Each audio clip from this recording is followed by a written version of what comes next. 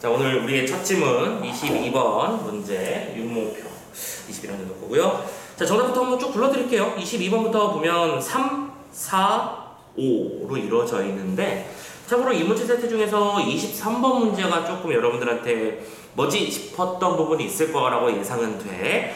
자, 일단은 지문 구성을 살짝만 먼저 좀 얘기를 해드리자면, 이거는 육모평이잖아, 그치? 그러니까 고3 지문들은 EBS 연계가 되는 부분들이 있다라고 했었고, 이 앞에 있는 가지문에 이 산상의 노래라는 게 그 당시 고3 기준으로는 연계 지문이었어.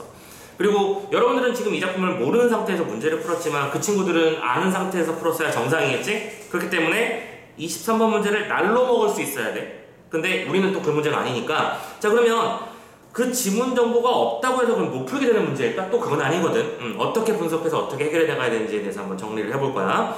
자, 22번부터 문제 구성 좀 한번 살펴보자. 일단 문제 구성 자체는 우리가 잘 알고 있는 내용과 크게 다름없죠. 첫 번째 문제는 표현상 특징 문제입니다. 계절의 변화, 공간의 이동, 시각이나 청각, 명령의 어조, 단정적 진술, 인격화된 사물, 도치, 의지, 강조, 이런 식의 말들이 나와 있어. 우리가 자주 보던 말들이지. 참고로 이때 3번 선택지가 답이긴 했지만, 이 명령형 어조나 단정적 진술이라고 하는 단어는 우리가 지문 속에서 뭐가 나올지도 모른다는 예측을 가봐야 되는 거야. 명령의 경우에는 뭐뭐 하라 같은 지문들, 어미들이 나오겠지. 또 단정적 진술이라고 하는 건 뭘 말하는 거야? 일지도 몰라 라든가 뭐 였으면 좋겠다 이런 표현이 아니라 뭐뭐 다 라고 확정적으로 말하는 걸 단정적 진술이라고 부르지. 일반적으로 뭐뭐 다 라는 형태에 나올 거라는 거. 그러니까 그런 정도는 머릿속에서 예측을 하고 들어가셔야 됩니다. 의법이 나오진 않는가, 계절의 변화와 흐름이 보이진 않는가, 또 침상들과 관련해서 시각 청각들이 어떻게 활용되고 있는가, 이런 것들을 집중적으로 살펴봐야 될 것 같아. 자, 두 번째 문제 23번은 구절의 의미를 파악하는 문제인데, 보시면 이제 특정한 구절들을 말하면서 이 녀석들 A 구절에 나와 있는 특정한 상황과 B라고 하는 특정한 상황을 비교하는 문제가 나와 있을 겁니다. 작품을 알고 있으면 너무 쉬운 문제지만 작품을 모르면 조금 당연히 어려운 문제고, 참고로 그래서 이 문제 세트가 오답률, 그 당시 기준으로 오답률 8위를 찍었어요. 정답률이 61%밖에 안 나왔습니다. 문학치고는 좀 저조한 성적인 건 맞죠? 참고로 베스트 오답은 1번이었고요. 자, 마지막 24번. 보기를 바탕으로 나를 감상하라. 자, 보기 적용하는 문제지. 이런 보기 적용하는 문제는 낯선 작품 같은 경우에는 작품을 해설해주는 가이드라인 같은 건 역할을 한다라고 했었어. 그래서 먼저 읽고 시작한다고 말씀드렸었죠. 자, 이렇게 문제 구성이 있다는 거 확인했으면, 이제 문제 3개였으니까 여러분들은 머릿속에 작전을 세워야죠. 아, 가를 읽고 23번 풀고 나를 보기 전에 24번의 보기를 먼저 보고 나를 본 다음 마지막으로 22번에서 종합 비교하는 문제를 풀면 되겠구나. 혹은 22번은 가만 따로 톡톡톡톡 뽑아내는 것도 방법일 수 있겠구나 라는 예상해가면서 문제 풀어주셨으면 좋겠어. 오케이? 자, 그러면 일단 방금 얘기했던 작전대로 가지문부터 살짝 분석을 좀 해드리도록 할게요. 조지훈의 산상의 노래라는 작품입니다.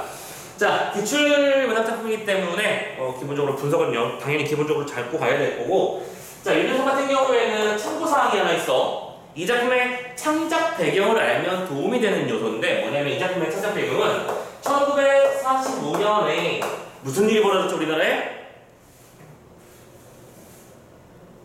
설마. 야, 우리나라 1945년이면 핵심은 뭔데? 6.25는 1950년입니다. 해봐.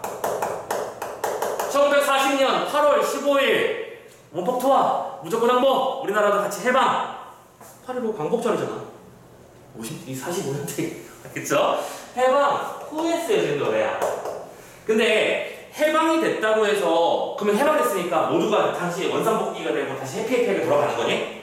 아니지. 우리나라가 일제강점기를 거의 36년 가까이 겪었기 때문에 해방이 됐다고 해서 갑작스럽게 뭐가 정확하게 정리가 되진 않아. 그러다 보니 특히 우리가 이런 표현을 말하죠. 해방이 되면 어떤 일이 벌어져? 해방 후, 해방이 된 직후에는 뭘 겪을 수밖에 없어. 혼란기를 겪을 수밖에 없다고. 우리나라뿐만 아니라 세계 많은 나라들을 봐도 그렇죠. 왜 예를 들어 이집트에 뭐 카다피 정부 무너졌을 때도 난리도 아니었죠.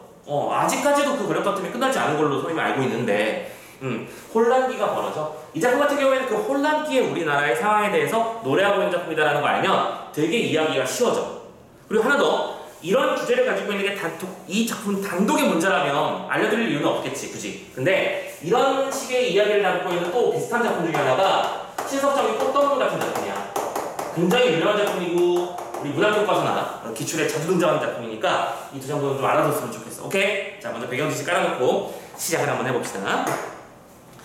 자, 상황 이해해보자. 높으디 높은 산 마루라고 했어. 마루라고 하는 건 가장 높은 지점을 말하는 순우리말인 건 알지? 땅바닥에 까는 말 알고요. 뭐 여러분들 그 아이스크림 중에 호두마루 이런 거 있잖아. 호두마루는 선생님 궁금해서 봤더니 그 비닐봉지에, 그러니까 그 바에 껍데기에 뭐라고 써져 있냐면 호두맛의 정상이라고 써져 있어요. 아무튼 마루라고 하는 높은 지점. 높으디 높은 산마루 낡은 고목에 못 박힌 듯 기대어 라고 말했어요. 자, 지금 상황을 잘 보자. 이걸 모른다고 치고 현재 지금 화자가 무슨 상황인지 보자고. 근데 단어들을 보면 낡은 고목이고요. 오케이? 뭔가 파릇파릇 푸르게 돋아나는 생명력이 그런 나무가 아니라 말라비틀어진 그런 고목이에요. 거기에 나는 화자는 뭐였어? 못 박힌 듯 기대어 있다니. 지금 단어들이, 어휘들이, 시어들이 뭔가 부정적인 느낌들을 일단 주고 있는 게 느껴지시나요? 내 홀로 긴 밤을 무엇을 간구하며 울어왔는가. 자, 나 나왔어. 나 누구? 이 작품의 화자야. 우리가 낯선 작품을 분석할 때는 화자, 대상, 상황, 태도가 중요하다고 썼지. 화자인 나가 고목에 이라는 대상에 기대어서 뭐하고 있냐면 홀로 긴 밤을 울어왔답니다. 그러면 봐봐, 이것만 가지고 우리가 예측할 수 있는 건 이 A라는 상황이라고 하는 건 무슨 상황? 현재 화자가 처해 있는 부정적 상황임을 알 수 있어야겠지. 홀로 있고 긴 밤에서 어두워서 울고 있는 거니까. 맞나요? 자, 부정적 시어들의 관계 잘 따져주시고, 힌트, 아까 그 연결하는 내용을 보자면 내가 여기서 무엇인가를 간구하기 때문에 울어왔대요. 그럼 이때 간구가 뭐 하는 건데? 간절히 구하는 거야. 꼭 있었으면 좋겠다라는 거.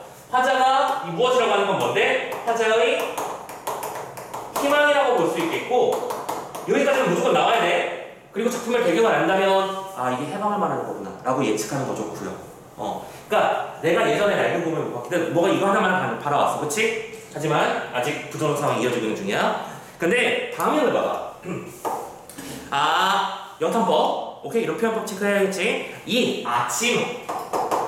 봐봐, 상황 전개가 달라지고 있잖아. 그치? 이제 아침이 되었어. 밤이 아니라 아침이 됐어.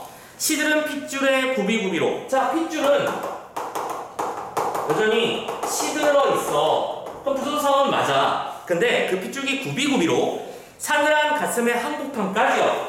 가슴도 사늘해요. 오케이, 부정적 상황은 맞아. 너희들이 예상한 대로. 근데 그 사이사이로 은은히 울려주는 거 종소리가 있다는 거야. 그럼 여기서 말하는 이 종소리라고 하는 건 뭔가 댕댕 울려 퍼지면서 우리의 어떤 심금을 울리는, 그치? 뭔가 상황에 전환을 의미하는 거겠지. 무슨 말인지 이해됐어? 오케이, 이제 아침이 됐고 내 얼어붙었던, 밤새 얼어붙었던 그 핏줄 사이로 은은히 총소리가 올라오는데, 참고로 종소리라는 단어를 보고 선생님 청각적 침상이 등장했습니다. 아까 봤던 거예요. 신경 써야 되는 거 맞죠? 맞아요. 오케이. 그래서 종소리를 통해서 뭔가 근저적 상황의 변화를 말했습니다. 자, 봐봐. 다음면 이제 눈 감아도 오히려 꽃다운 하늘이거니. 그래서 이제 꽃다운 하늘이래요. 그리고 이 단어를 뭐라고 연결했냐면 이제라고 말했습니다. 그러면 자, 화자가 바라보지 않던 그 무언가가 지금 뭐가 된 거야? 달성이 된 거네? 목표 성취가 된 거네요. 그쵸? 이제 나는 꽃다운이 되어서 심지어 뭐 한다고? 눈 감아도 좋아. 죽어도 된대요. 그럼 영원히 없다 우리가 그런 표현을 하죠. 이제 상황이 전환돼서 긍정적 상태가 되었다는 거 판단됐고, 내 영혼의 촛불로 어둠 속에 나래 떨던 새별아 숨어라. 새별이를 불렀어. 그 다음에 숨어라라는 말을 했어. 이것도 역시 마찬가지야. 일단 제목이 문장의 의미를 좀 파악해보자. 이거 의미 파악 잘해야 돼. 지금 꽃다운 하늘이 건이야. 그치? 하늘이 되었어. 하늘이 되어버렸기 때문에 내 영혼의 촛불로 어둠 속에서 날개를 떨던 샛별이 있단 말이야. 이 샛별은 어둠 속에서, 나는 무슨 뜻? 날개란 뜻이지. 날개를 떨던 샛별이야. 그러면 이 샛별은 뭘 상징해? 빛이잖아. 그치? 이 빛이 어둠 속에서 떨고 있었다는 얘기는 그만큼 희미하고 잘 보이지 않았고 그랬다는 걸 거고, 그 빛을 뭐라고 표현했냐면 촛불로 떨다라고 했었죠. 촛불이 뭐예요? 굉장히 연약한 빛이잖아. 그치? 우리가 입만 훅 불어도 사라져버리는 그런 빛이었고, 그런 녀석들 떨던 빛이 있었단 말이야. 거예요. 근데 그 샛별 보고 뭐라고 했어? 수물화라고 말했어. 얘들아, 요거 파악이 잘 되는 사람이 진짜 시 독해가 잘 되는 사람이야. 그럼 여기서 수물화라고 하는 건 뭔 상황을 말하고 싶은 거야?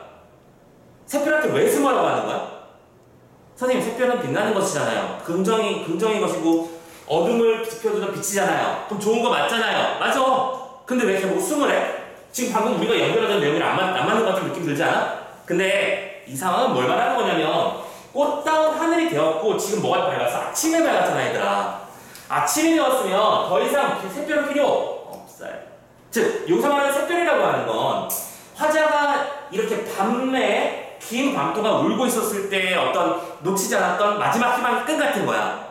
이해됐어? 근데 그 녀석은 이제 굳이 필요 없어요. 이제 그냥 세상이 다 밝아져 버렸으니까. 그럼 숨어라라고 말한 거는 그래, 이제 밝은 세상이 되었어. 예전처럼 어둠 속에서 떨면서 밝은 미래만 기대했던 한 줄기 신라 같은 희망에 기댈 필요 없어졌다라고 말하고 싶은 거고. 자, 지금 이거는 무슨 상황이야? 긍정적 상황인 거야. 그러니까 이런 걸 해석하는 게 중요한 거지. 수모라고 했으니까 뭔가 무서운 대상이 있는 것 같고 부정적인 느낌이 들잖아. 그치? 근데 이거는 얘들아, 이제 더 이상 어둠 속에 떨 필요 없다. 이제 밝은 아침이 되었으니까 이 밝은 아침을 함께 누려보자 라고 말하는 겁니다. 이해되셨나요? 오케이, 요게 이해되는 게 핵심이라고 저는 개인적으로 생각합니다. 잠깐만, 이거 좀 지우고 가야 되는데 설명이 좀 길어지네. 자, 그래서 다음 면으로 가봅니다. 환히 트이는 이마 우는 위란 말이겠지? 지금 봐봐, 어떤 시어들이 쓰이고 있어? 트이는 이마 확 까가지고, 이마가 예쁜 사람이 예쁜 사람이잖아. 그래서 이마를 확 까고 떠오르는 햇살은 난리 났죠? 트인 이마, 햇살, 뭔가 밝음의 이미지들이 연결되고 있지. 좋은 상태니까요. 그래서 10월 상달에 마치 뭐와 같다? 꿈을 꾸는 것만 같대. 그러면 지금 이건 정말로 꿈이라는 얘기가 아니고 꿈꾸는 것처럼 너무 좋아 라고 말하는 것입니다. 메마른 입술에 피가 돌아 오래 잊었던 피리의 가락을 더듬노니. 오케이, 메마른 입술에는 피가 돌아서 피리의 가락이 생각나네요. 잠깐만, 일단 여기서도 청각을 사용했다는 거 기억나시고 피리도 당연히 청각을 사용했다는 건 확인이 되시잖아. 그치? 이때 메마른 입술에 피가 돌았다는 얘기는 이제 뭘 찾았다? 생기를 찾았다 라는 얘기일 거고, 그 생기를 되찾은 상태에서 화자는 이제 잊었던 피리, 그러니까 피리가 원래 잊었던 대상이었잖아.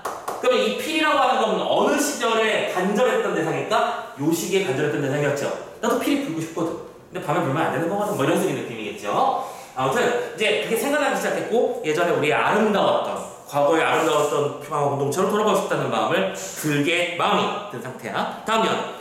새들 즐거이 구름 끝에 노래 부르고. 그렇죠, 노래도 똑같이 뭐예요? 청각입니다. 지금 청각 신상이 좀 반복적으로 많이 나오고 있네요.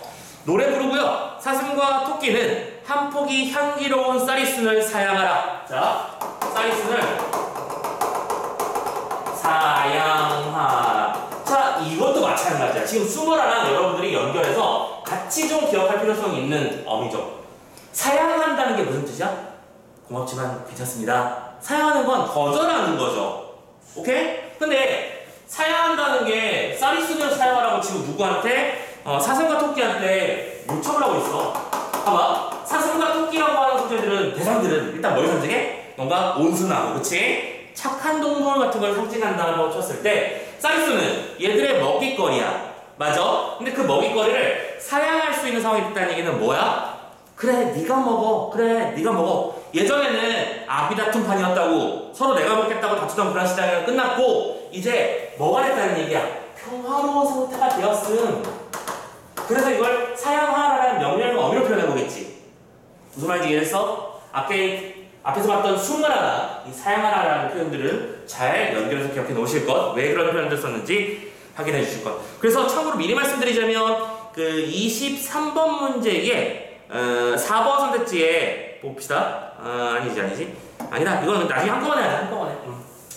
굳이 갑자기 중간에 건드릴 필요 없지. 자, 아무튼 평화로운 상태가 되었어. 자, 상황 분지해봐. 여기까지는 부정적 상태가 이어지던 과거의 자신의 모습이야. 그리고 여기까지는 그 부정적 상태가 해소되고 현재 긍정적 상황이 된 상태에서의 자신의 마음을 표현한 겁니다. 그쵸? 근데 지금 아까 말한 힌트 드렸잖아. 해방 직후의 혼란이라고. 해방이라는 건 좋은 거라니까? 오케이? 해방 전에는 뭘 굉장히 원했을 거야? 해방을. 그리고 그 해방이 이루어져서 세상이 행복해졌지. 하지만 여전히 뭐다? 혼란하다. 이 구조를 알고 있으면 되게 쉬운 작품이라고 말씀드렸던 거야. 그래서 봐봐. 여기 높으디 높은 산마루. 선생님 변형된 수미상관이요? 맞아요. 오케이. 체크하시고 맑은 바람 속에서 옷자락을 날리고 있습니다. 자, 화자는 이건 내 호로라고 했으니까 나 봅시다. 똑같이 이번에도 나라는 화자가 등장했어. 나는 여전히 어디에 서 있습니까? 산마루에 서 있습니다. 맞죠? 같은 위치로 돌아왔어요. 근데 여기서 일단 상황은 뭐야? 맑은 바람 속이야. 그럼 질문, 이 맑은 바람 속이라고 하는 건 뭘 말하는 거겠지?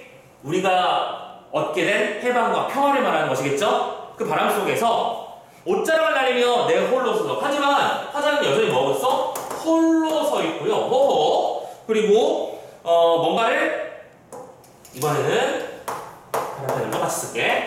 무엇인가를 기다리면서 노래하고 있단다. 그러면 봐봐. 여기서 말하는 이 무엇과 뒤에서 나오는 이 무엇의 관계를 묻고 싶지 않겠어? 너희들이 출제위원이라도?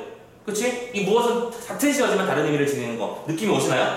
그럼 여기서 말하는 이 무엇이라고 하는 건 이것도 똑같아. 일단 근본적으로 화자가 희망하는 것이야. 오케이, 당연하지 그건. 하지만 여기서 말하는 간절히 구원했던 거는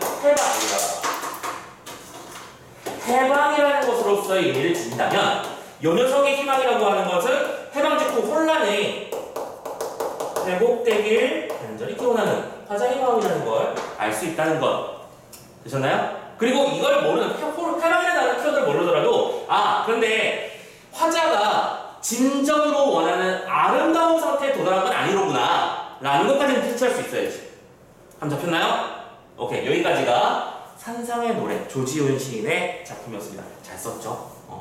단순히 지금 이 어지러운 세상 이렇게 살아서는 안 됩니다 이렇게 말하지 않는다고. 시인들은 이렇게 멋진 화법으로 우리가 지금 어떤 상황에 처해 있었고 우리가 그동안 했던 것이 무엇이기 때문에 우리가 앞으로 어떤 길을 걸어야 되는가에 대해서 멋지게 표현할 수 있었다는 거 말씀드리고 싶고요. 역시 시인들은 대단하다는 거 다시 한번 또 느낍니다. 자, 산상의 노래라는 작품이었습니다. 가봤잖아. 그러면 23번을 풀러가야겠지. 자, 해결하러 가봅시다. 먼저 1번부터 가보자. A에 높으디 높은 산마루에서 화자를 울게 한 문제가 있을 거래요. 그 문제라고 하는 건 그치? 뭔가 부정적 상황을 말하는 걸 거야. 그리고 우리는 여기서 예측할 수 있다고. 이건 뭘 말하는 거야? 이 문제라는 거 정확하게 말해보자면 일제강점기겠지.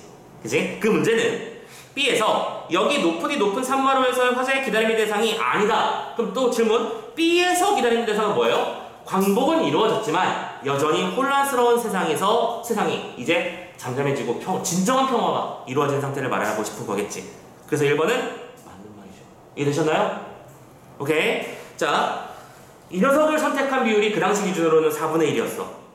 24%니까 25% 잡고 대충, 그치? 굉장히 많은 비율이 1번을 찍어서 틀렸죠. 이 문제는 이 문제가 다르다고 하는 걸 그냥 둘 다 좋은 거라고 단편적으로 얘기해버리면 답이 1번으로 끌려갈 수밖에 없다는 거죠. 그래서 나중에 여러분들이 또 생각하셔야 되는 건 결국 뭐야? 당장 너희들은 이제 내년 수능이라고 하는 목표를 가지고 있으니까 연기 공부는 빡시게 해야 되는 거 맞겠구나 라고 생각을 해줬으면 좋겠어요. 오케이? 2번 봅니다. A에 못 박힌 듯 기댄 자세는 과거에서의 고통이고 B에서 옷자락을 날리며 서 있는 자세는 미래에 대한 기대감을 누려오고 있는 거예요. 완벽한 설명 맞죠? 이 정도는 쉽게 넘어갔으면 좋겠어. 3번도 쉬울걸? A에 긴밤이 담긴 부정적 상황. 뭐라고? 1.5 정도.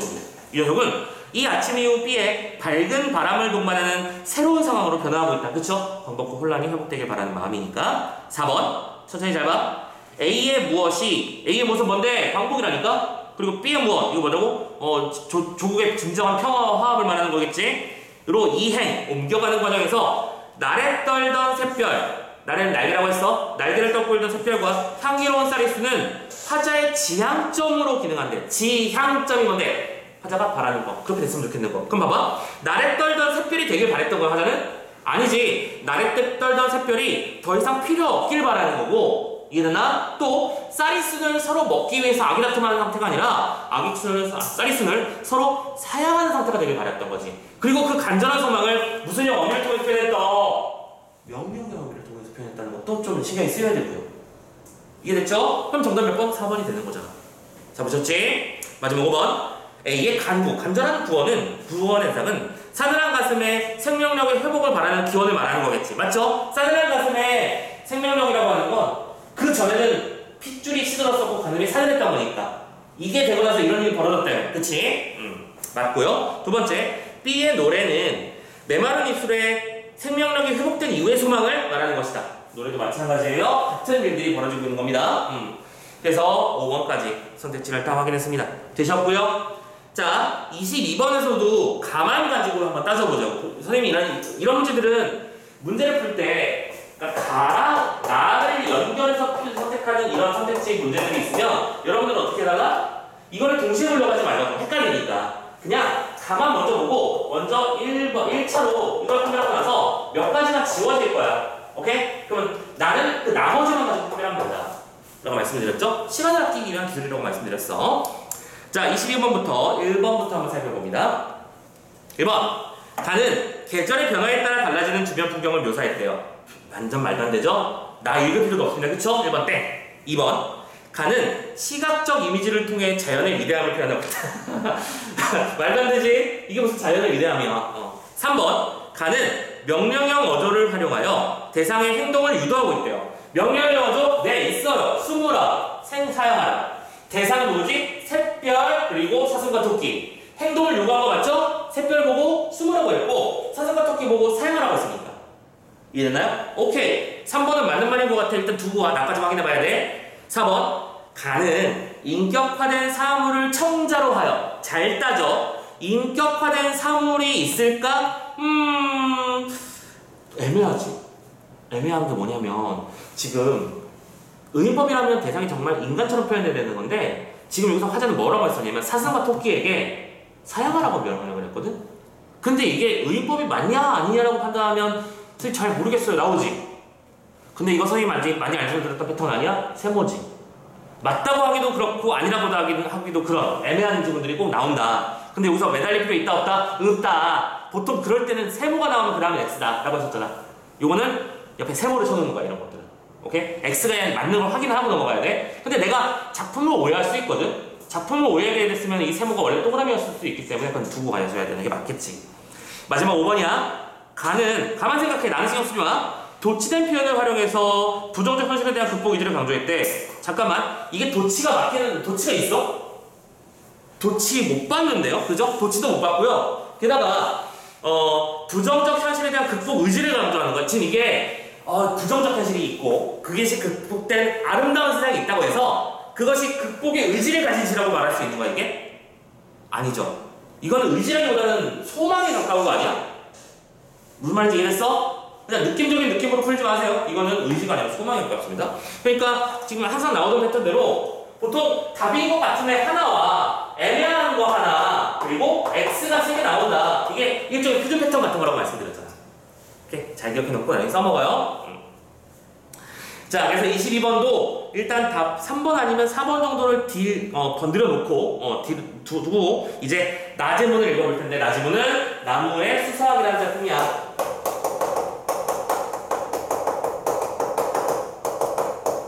자, 이 나무의 수사학은 역시 낯선 작품입니다. 낯선 작품이면 그냥 뜬금없이 너희들을 함정에 빠뜨리진 않아요. 뭔가 구원의 동어줄을 하나 더 던져줍니다. 바로 24번에 있는 보기 지문이죠. 먼저 읽어놓고 시작을 해보도록 합시다. 나무의 수사 원의 화자는 도심 속 가로수를 관찰하면서 다 알려주고 있다. 화자라는 존재가 이것은 대상 뭐야? 도심 속 가로수야.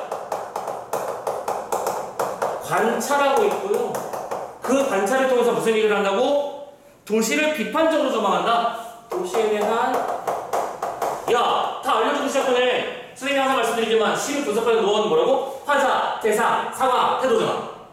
그치? 화자가 가로수를 대상으로 관찰하며 도시를 비판하는 시다. 아니 주제를 알려주고 시작하는데 뭐. 계속 도시의 가로수는 나무의 푸름이나 아름다운 꽃조차도 도구적 가치에 의해서 평가되죠. 당연하죠. 만약에 가로수를 심었는데 그 가로수가 안 예쁘거나 기능적 역할을 하지 못한다면 당장 베어서 없애버리잖아요. 그치? 화자는 삭막한 도시 환경에도 불구하고 고통을 참아내며 꽃을 피우는 모습을 나무의 반어법으로 인식합니다. 중요한 단어 나왔네요. 이걸 뭐라고 생각한다? 나무의 반어법이라고 표현했어. 반어법이 뭔데? 마음속에 있는 말을 거꾸로 표현하는 거지. 지금 봐봐. 이 말이 무슨 말인지 이해를 정확하게 해야 돼. 나무는 아름다운 꽃을 피웁니다. 맞죠? 아름다운 거야. 근데 속으로 하는 말은 너희 도시, 지금 이 나무는 도시에서 가로수 역할을 하고 있잖아. 그 도시에 있는 도시 문명을 부정적으로 생각하고 있기 때문에 아름다운 꽃을 피운다는 얘기를 하고 싶은 거겠지. 그러니까 구조가 보이죠? 나무들이 아름다운 꽃을 피우며 건강하게 자라는 것을 통해 오히려 우리 도시의 기능적 면만을 강조하는 그 부정적인 면모를 비판하고 있는 것이다 라고 알려주는 거잖아. 감 잡혔나? 계속. 도시에 제대로 뿌리박지 못하면서도 도시 환경에 적응하여 꽃을 피우는 나무에서 치욕을 이루어낸 것이다. 그리고 이 나무의 반복이라고 하는 뭐야? 나무에게 치욕이야. 그치? 자기가 원해서 이 자리에 있는 것도 아니고요. 대기에 있는 중금속을 그치? 없애기 위해서, 그리고 도시의 조경을 위해서 존재하는 나무이기 때문에 나무가 원하는 상황이 아니었다고. 그거를 치욕이라고 생각한다는 것이. 그리고 그것은 도시 이주민인 화자가 나무에 대해 동질감을 느끼는 것이기도. 그렇군. 치욕은 이주민으로서의 치욕이야. 그 이주민은 화자랑 동일시하는 요소가 된다. 맞나? 나무도 원래 그 자리에 있던 것이 아니니까. 됐지? 자, 아주 그냥 다 알려주기 시작합니다. 이 내용을 논조를 기준으로 해서 작품을 읽어나가면 되는 것 뿐이야. 하나씩 가볼게. 첫 번째 문장. 꽃이 피었다. 도시가 나무에게 반어법을 가르친 것이다. 나무에 있는 피어난 꽃을 보고는 도시에게 반어법을 가르쳤다라고 표현했어. 의법. 그지? 이 도시의 이주민이 된 뒤부터 속마음을 고지곳대로 드러낸다는 것이 얼마나 어리석은가를 나도 곧 깨닫게 되었지만, 나 역시 도시에 와서 속마음을 고지곳대로 표현하면 안 된다는 걸 금방 배웠대. 되게 슬픈 일인데 너희들은 그런 친구들이 있어? 왜 내 슬픈 일이나 내 약점이나 이런 것들을 마음 놓고 얘기해도 되는 친구 있니? 있는 것 같아? 있는 것 같아? 동영이도 있는 것 같아? 그런 걸 얘기해도 되는 친구. 중고등학교 때까지만 아마 가능할 가능성이 매우 높아요. 지금 그 친구들 소중하게 여기라고 말하고 싶은 거야. 선생님 포인트는. 오케이? 그런 친구 대학교 이상으로 올라와서는 안 사귀지더라. 그게 쉽지 않아. 선생님 그렇다고 없지도 않아서 그나마 선생님은 그나마 정말 다행이라고 생각하는 쪽이지만 그게 쉬운 일이 절대 아니야. 사람은 다른 사람을 뭐랄까 지배하라는 욕망도 있는 것 같고 자신의 편의를 위해서 다른 사람을 짓밟을 수 있는 어떤 의지 같은 것들을 분명히 가지고 있는 존재인 것 같다는 생각이 살면 살수록 더 많이 들어요. 이 사람을 믿고 내 약점을 얘기했는데 그 약점이 다시 나한테 날아오더라고. 그런 경우는 선생님뿐만 아니라 어른들은 대다수 느껴봤을 거야. 그래서 함부로 속마음은 얘기 안 하잖아. 그죠? 어른들이 마음의 문을 닫아놓는 것도 그런 것 때문인 거고, 그런 상황에서 우리의 순수를 건드리는 이제 작품들을 보면 또 우리는 눈물을 흘리는 것이고요.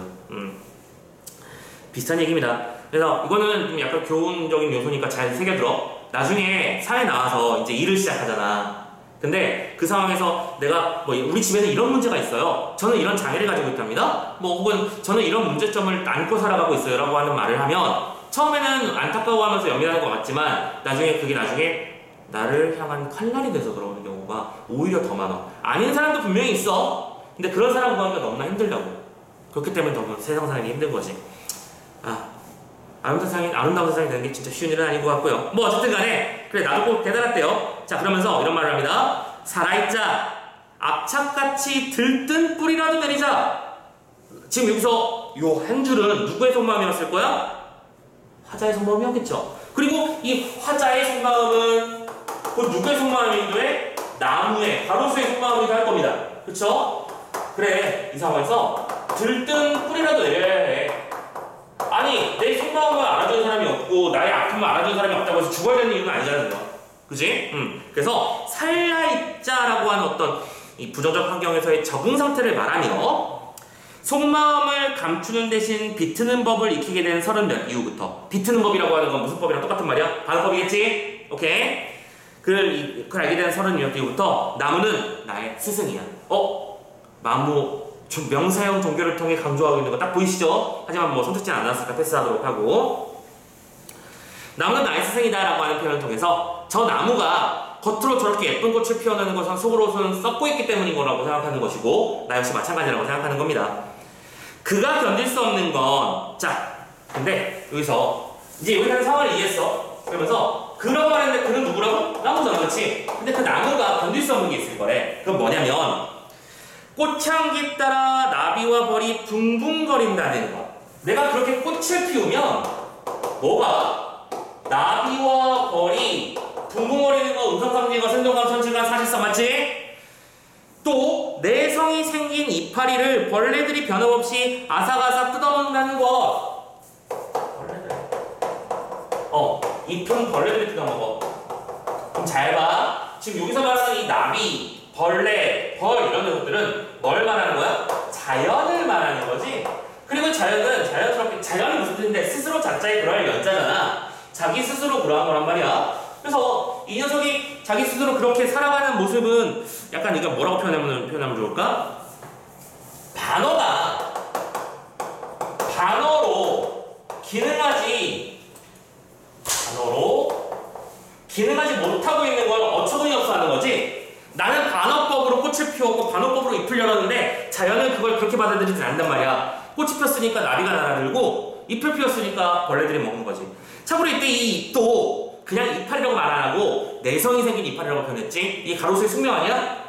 가로수들은 중금속, 그렇지? 도시 매연과 소음 이런 것들을 흡수하는 역할을 한단 말이지. 그걸 머금은 걸 이렇게 표현하고 있는 중인데, 아무튼 음성상징어도 반복되고 있고요. 그렇게 뜯어먹는다는 거. 그래서 뭐예요? 나는 비꼬려고 한 건데 그 비꼼이 비꼼으로 받아들여지지 않는 거야, 자연으로는. 근데 그걸 뭐라고 느끼는 거야? 다시 나무는 치욕으로 느낀다는 거지. 무슨 말인지 상황 파악 되시죠? 그래서 요거는 오히려 자연이 나의 마음을 알아주지 못하는 거, 치욕. 그러면 자연과 나는, 자연에서 나타나는 이 가로수와 나는 같은 존재니까 나 역시 같은 마음을 갖고 있다는 말을 하고 싶은 거겠지요. 맞나요? 마무리하자. 도로변 시끄러운 가로등결. 시끄럽다라는 조건은 청각적 현상이고, 가로등이라고 하는 건 시각적 현상일 거야. 맞나? 역시 시각청각 나타났고, 하지만 이 두 개의 신상들이 조합돼서 뭘 말하고 있는 거야? 나무를 괴롭히는 도시 환경을 말하는 거겠지. 밤인데 불을 켜고요. 그죠? 사람들은 항상 시끄럽게 돌아다니고요. 그래서 신경증과 불면증에 시달리며 피어나는 꽃이야. 부정적 환경 속에서. 그럼 이건 비꼼이란 말이야. 이게 무슨 이게 살아가는 공간이 맞아! 하면서 꽃을 피웠어. 근데 참을 수 없다. 나무는 도치법 보이네요. 그죠? 알고 보면 치욕으로 푸르대요. 이것도 마지막에 뭐예요? 반어법 한 거죠? 화자가 반어법을 쓴 겁니다. 치욕스럽기 때문에 푸르다고 말하는 거죠. 그래서 이 나무, 얘들아 제목이 나무의 수사학이다 이런 말씀 안 들었네. 얘들아 수사학이 뭐죠? 수사학. 쉽게 말해서 여러분들 우리 맨날 수업할 때 의인법, 화류법, 직유법 이렇게 말하는 것들 있잖아. 그럼 우리 다른 말로 뭐라고 하냐면 수사법이라고 부르죠. 말을 꾸미는 방법이야. 그러면 나무의 수사학이라고 하는 것은 나무가 수사법을 쓴다는 얘기고 나무의 반어법을 말하고 싶은 거겠지. 감 잡히나요? 오케이. 자, 이거 연결관계 잘 챙겨주시고, 그래서 결론적으로 이 작품을 통해서 화자는 도시에 있는 나무를 통해 이 나무의 어떤 반어법을 읽어냈고 자신의 환경과 동일하다는 것을 보면서 가슴 아픔을 느끼고 있는 상황을 표현한 시라는 거 정리하실 수 있겠습니다. 자, 22번 아까 나지문 두고 왔던 거 마저 읽고 24번으로 마무리 작업해봅시다. 22번에 아까 3번하고 4번을 두고 왔지? 3번 체크. 나는 단정적 진술을 활용하여 주제의식을 드러내고 있대. 두 개 연결관계도 잘 봐야 돼요. 먼저 첫 번째, 단정적 진술이 있나요? 반어법을 가르친 것이 다. 치욕으로 푸르다. 맞나? 아까 선생님 말씀드렸죠? 일지도 몰라, 이었으면 좋겠어 그런 표현이 아니라고요? 그리고 이 두 가지 표현법을 통해서 결국 주제의식을 드러내는 거 맞지? 치욕으로 푸르다. 나무가 겪고 있는 이 도시 환경에 대한 비판 상황을 말하고 있는 것이니까 오케이. 정답 3번 확인됐습니다. 아까 애매했던 4번 볼래요? 4번 나는 인격화된 사물을 청절하여 이미 글렀잖아. 인격화된 사물은 있지 당연히. 뭔데? 나무, 가로수. 근데 가로수가 청자야? 지금 화자가 청자에게 뭘 말하고 있는 중이야? 아니잖아. 대상으로 가는 거지, 청자가 아니라. 무슨 말인지 이해되셨나요? 그래서 X 확인됐습니다. 이렇게 문제 풀어주시면 되겠고요. 자, 마지막 문제. 이 문제 한번 좀 쉬어갈게요. 자, 뒤쪽에 있는 선택지, 이거 참고로 정답률도 92%인데 이거 그냥 답만 체크하고 넘어갈게요. 정답이 5번이었잖아. 봐봐. 작품을 이해했으면 쉽다고. 그냥 5번 바라봐 보세요. 치욕으로 푸르다라는 말은 도구적 가치로 평가받아 그 환경에 적응하지 못하는 나무에 대한 비판적 표현이다. 잠깐만. 지금 이 말이 일단은 보기랑 연결은 돼. 지금 지문의 내용은 나무를 통하여 도시를 비판한다가 핵심이었잖아. 맞니? 근데 지금 이 선택지는 뭘 말하고 있어? 나무를 비판하는 내용이야 라고 말했어요. 무슨 말도 안 되는 소리야. 얘는 본문을 읽을 필요조차 없는 쉬운 문제였던 거네. 그치? 보기의 내용만 정확하게 있으면 이 작품은 나무를 통해 도시의 문명을 비판하고 있다라고 하는 내용을 읽었으면 이 작품은 나무에 대한 비판을 하고 있는 거다라고 말하는 이 선택지는 말도 안 되는 거지. 되셨나? 근데 선생님 이게 삼겹살이 맞나요? 맞아. 오케이? 낯선 작품은 어쨌든 해석이 중요한 거니까 해석이 올바로 이루어졌는지 확인하는 형태의 문제일 거고, 그래가지고 이제 약간 난이도 조절을 한 흔적도 살짝 보이는 느낌이 들고요. 좋습니다. 자, 여기까지 해서 C 지문 파트 한번 연습을 해봤어요. 일단은 요거 잠깐 좀 쉬어가도록 하고, 잠깐 쉬었다가 뒤쪽에 있는 기술 지문 또 여러분들 이 뭐랄까 OIS가 할 얘기가 많은데 잠깐 쉬었다가 아무튼 얘기해보도록 하고 좀 쉬어가도록 합시다.